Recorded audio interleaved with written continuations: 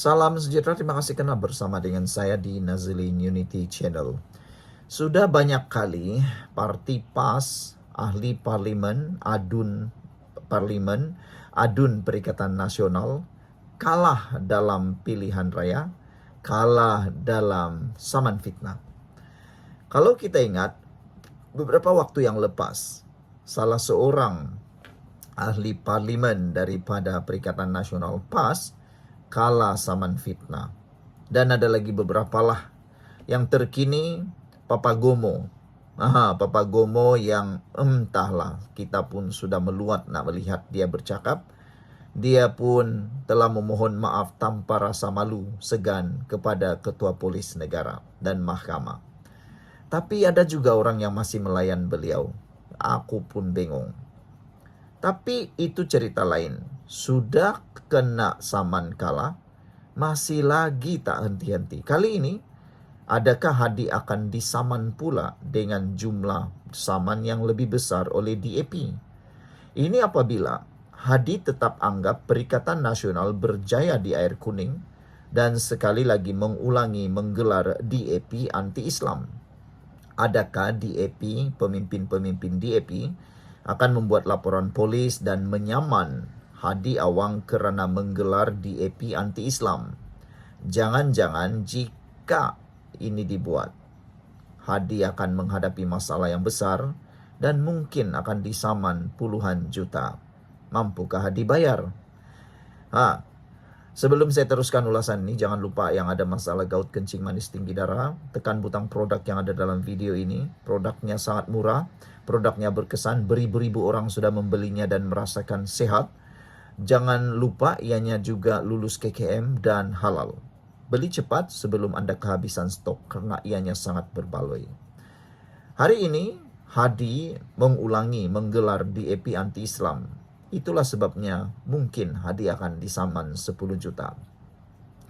PAS tetap menegaskan Perikatan Nasional PN dalam beberapa aspek menunjukkan kejayaan dalam pilihan raya kecil PRK Air Kuning lalu.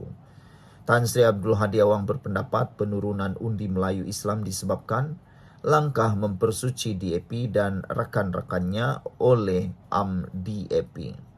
Ada netizen yang marah dengan Tan Sri Hadi. Kata mereka, Hadi cukup-cukuplah salahkan orang. Kalau dah kalah, salahkan diri sendiri.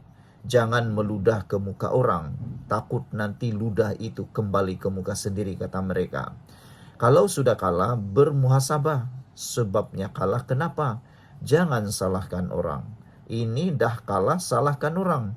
Dan ada pula netizen kata, jangan pula sampai babi pun disalahkan, kata mereka.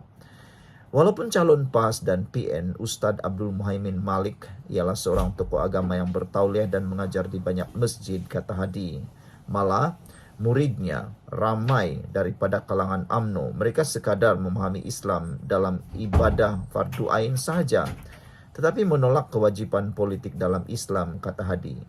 Maka tindakan DAP mempersuci DAP berjaya menarik atau boleh membeli mereka dengan politik wang dan jentera kerajaan seperti mana amalan yang digunakan UMNO dalam BN dahulu. Dakwah Hadi menerusi artikelnya, DAP mempersuci DAP dalam minda Presiden.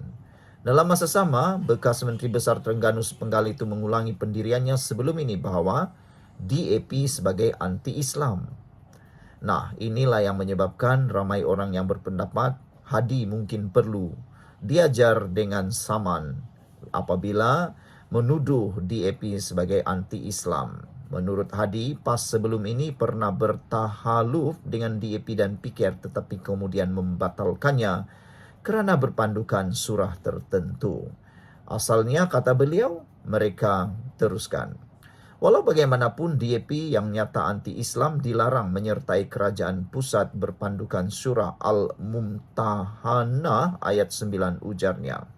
Jadi dengan ini membuatkan ramai penyokong dan pengikut DAP marah kerana dalam DAP pun ada orang Islam. Tidaklah adil menyatakan DAP sebagai anti-Islam, kata mereka, kerana dalam DAP pun ada sekurang-kurangnya dua ahli parlimen yang beragama Islam. Hadi menambah, terbukti dalam perlembagaan DAP, parti komponen kerajaan perpaduan itu bercita-cita menegakkan negara sekuler yang tidak memberikan kuasa kepada Islam. Ini yang membuatkan ramai orang marah.